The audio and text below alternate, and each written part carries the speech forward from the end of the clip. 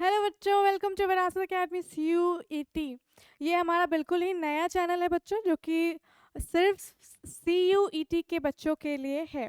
Board के exams ख़त्म हो चुके हैं, तो अभी आप लोग थोड़ा रिलैक्स हुए होंगे, बट अभी रिलैक्स होना नहीं है बच्चों, है ना। 2 महीने में हमारा CUET का एग्ज़ाम है। तो जिन लोगों को भी नहीं पता है कि CUET क्या है, तो पहले तो आपको ये पता होना चाहिए ये क्या है, कॉमन यूनिवर्सिटी एंट्रेंस टेस्ट। बच्चों, अगर आप इसके बाद 12th के एग्ज़ाम के बाद आपने जो भी सोचा होगा नीट देना है, जेई देना है, बट उसके अलावा भी आपको क्या इसका फॉर्म ज़रूर फिल करना है ना। क्यों फिल करना है कि हो सकता है कुछ इधर उधर का, कुछ लोगों का तो विजन ही होगा कि हमें एक प्रॉपर यूनिवर्सिटी में एडमिशन लेना है, एक अच्छे कोर्स के साथ, जो भी ठीक है। लेकिन जो लोग भी दूसरे फॉर्म भी भर रहे हैं, वो लोग भी ये फॉर्म ज़रूर भरेंगे। सारे बच्चे ये फॉर्म अभी ज़रूर भरेंगे। बच्चों, फॉर्म आ चुके हैं ऑलरेडी, है ना।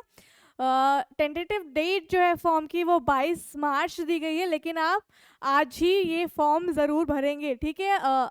अगर बच्चों को कोई भी दिक्कत आ रही होगी फॉर्म भरने में, तो आप वो कमेंट करके हमें ज़रूर बताएंगे। देखो बेटा, हम ना हर बच्चों के कमेंट को ऐसा देखते हैं। हमने पहले देखा कि कुछ बच्चे कमेंट कर रहे थे प्रीवियस वीडियो पे कि हिंदी हिंदी मीडियम वाले बच्चों के लिए कुछ नहीं हो रहा है ना।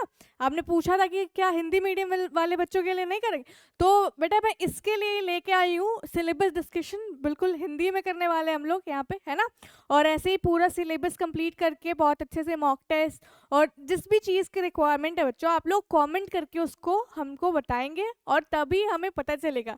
जब तक कम्युनिकेशन नहीं करोगे ना बच्चों, समझ नहीं आएगा ना, हमें कैसे पता चलेगा आप लोगों को किस चीज़ की ज़रूरत है ना। तो आप लोग कमेंट करेंगे, सब चीज़ को हमें बताएंगे। तो बोर्ड एग्ज़ाम के बाद हमें करना है CUET की तैयारी, और आपको उसकी बेस्ट तैयारी कराएंगे हम। विरासत अकेडमी पे आप लोग अगर जुड़े हैं तो लाइक सब्सक्राइब सब कुछ करना है अभी आपको, ठीक है। और अभी मैंने आपको बताया कि CUET से क्या कर सकते हैं हम, आगे किसी भी टॉप यूनिवर्सिटी में एडमिशन ले सकते हैं, एक अच्छी डिग्री ले सकते हैं, ठीक है। तो अगर आप मुझे नहीं जानते हैं, मैं हूँ निवेदिता, आपको बायोलॉजी पढ़ाऊंगी, और बायोलॉजी का ही अभी हम लोग सिलेबस का डिस्कशन करने वाले हैं, ठीक है बेटा। चलिए शुरू करें। पहले एक और बात मैं बता देती हूँ कि बहुत सारे चेंजेस हुए हैं अभी, है ना। इस बार पैटर्न काफ़ी चेंज हुआ है CUET का। पहले क्या होता था, पहले कुछ ऑप्शनल क्वेश्चंस भी होते थे, बट अब ना ऐसा टाइम भी फिक्स कर दिया और क्वेश्चन का नंबर भी फिक्स कर दिया, और ऑप्शनल क्वेश्चंस हटा दिए गए, है ना। और क्या हुआ है, और पूरी तरह से जो एग्ज़ाम है वो ऑनलाइन मोड में होने वाला है, ठीक है। ये सारी बातें आपको, छोटी छोटी बातें हैं जो पता होनी चाहिए, ठीक है। चलिए शुरू करें सिलेबस। एक और बात मैं बताना चाहती हूँ बायो के बारे में। बायो में क्या है कि पहले हमारा जो सिलेबस था वो थोड़ा बड़ा था, है ना। हमारे पास ऑलमोस्ट 16 चैप्टर्स हुआ करते थे, 16 चैप्टर थे हमारे पास। लेकिन अब क्या है, हमारे पास 13 चैप्टर ही बच गए हैं, और 13 चैप्टर में से भी कुछ कुछ जो टॉपिक हैं वो अब नहीं है ना। तो हम जो हमारा बिल्कुल, अभी हमारे पास टाइम बहुत कम है, तो बिल्कुल सिलेबस के अकॉर्डिंग करने वाले हैं, जो कि बिल्कुल ही ऐसा सिलेबस है हमारा, उसी पे अभी हम लोग डेडिकेटेड रहेंगे, उसी के अनुसार क्वेश्चन प्रैक्टिस करेंगे, उसी के अनुसार जो मॉक टेस्ट है वो करेंगे। अभी इधर उधर की बातें करने का कोई भी फायदा नहीं होने वाला है, ठीक है। चलिए तो शुरू करें। पहले हमारा क्या था, 16 चैप्टर था, बट अब सिर्फ 13 चैप्टर ही बच गया है, ठीक है। देखिए, आई होप आपको दिख रहा हो सही से, बिल्कुल दिख रहा है। चलिए, तो हमारा पहले भी जो यूनिट था, सबसे पहला यूनिट बायो का था, वो था रिप्रोडक्शन, प्रजनन, है ना, ये था। तो पहले हमारा इस यूनिट में 4 चैप्टर्स होते थे, है ना, 4 चैप्टर होते थे। पहला कौन सा था, रिप्रोडक्शन इन ऑर्गेनिज्म। लेकिन अब वो चैप्टर जो है वो नहीं आ रहा है। 12th के सिलेबस से तो पहले ही हटा दिया था, बट CUET के सिलेबस में इसको इंक्लूड करके रखा हुआ था, बट अब CUET के भी सिलेबस से इसे हटा दिया गया है बच्चों, ठीक है। तो अभी हमारे पास टोटल 13 चैप्टर है, जिसमें सबसे पहला चैप्टर हमारा कौन सा है, sexual reproduction in flowering plant. तो इसमें जो टॉपिक्स दिए हुए हैं बच्चों, इनको बिल्कुल डिटेल में एक बार हम लोग रिवीजन करेंगे, ठीक है।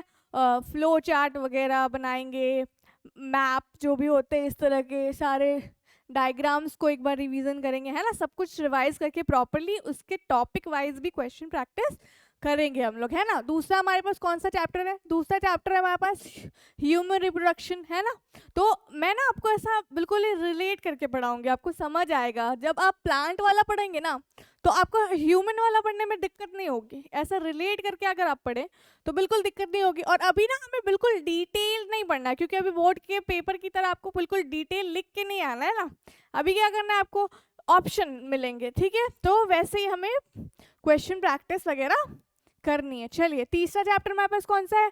तीसरा चैप्टर है हमारे पास रिप्रोडक्टिव हेल्थ, ठीक है। ये भी हम बिल्कुल अच्छे से करने वाले। हिंदी वाले बच्चों को भी बिल्कुल चिंता करने की ज़रूरत नहीं है, उनके लिए भी बहुत कुछ है हमारे पास। आपको क्या करना है, आपको बस विरासत एकेडमी का ऐप डाउनलोड करना है, वहाँ से हमारा कोर्स परचेज करना है।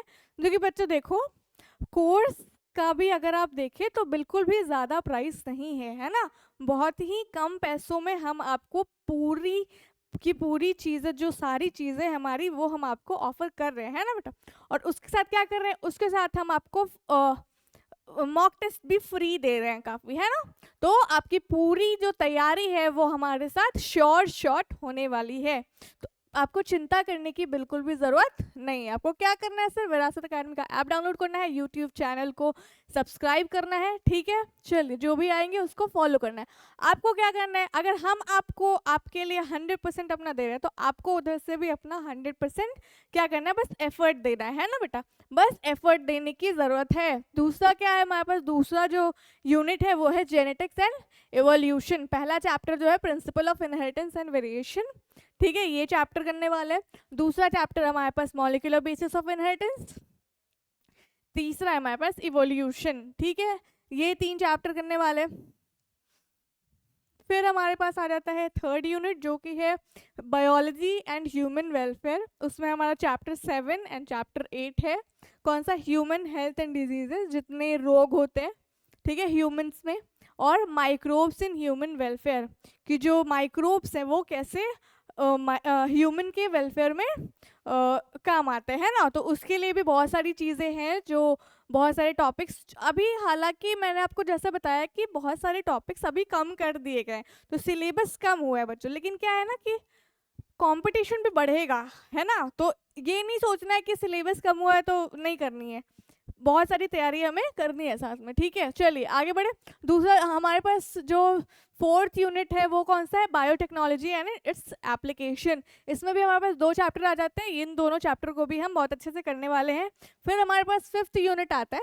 और बायोटेक्नोलॉजी की अगर मैं बात करूँ ना, या फिर जेनेटिक्स की बात करूँ, तो ये सारे जो चैप्टर है वो क्या है, हाई वेटेज चैप्टर है ना। इनसे ज़्यादा क्वेश्चन आने की प्रोबेबिलिटी होती है, ठीक है ना। इनसे क्या होता है, ज़्यादा क्वेश्चन आते हैं, ठीक है। चलिए, फिर हमारे पास कौन सा है, फिर हमारे पास लास्ट यूनिट है इकोलॉजी एंड एनवायरनमेंट, ठीक है। इसमें भी हमारे पास 3 चैप्टर रह गए। पहले एक चैप्टर इसमें और था, बट उससे अभी हमने हटा दिया है।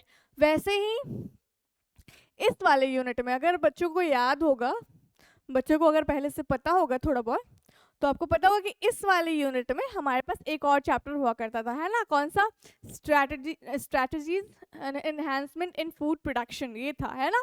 लेकिन अब उसे हटा दिया गया, ठीक है। और उसी तरह से 3 चैप्टर हमारे पास यहाँ आ जाते हैं। तो इन सारे चैप्टर्स को अच्छे से बिल्कुल डिटेल में हम लोग करेंगे, चिंता करने की कोई बात नहीं है।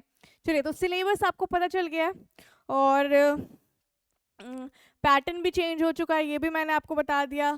तो और चिंता करने की तो बात है नहीं, बस आपको क्या करना है, सबसे पहले फॉर्म फिल करना है। फॉर्म फिल करने का वीडियो भी हमारे चैनल पे बहुत ही जल्दी आ जाएगा, तो चिंता करने की कोई बात नहीं है।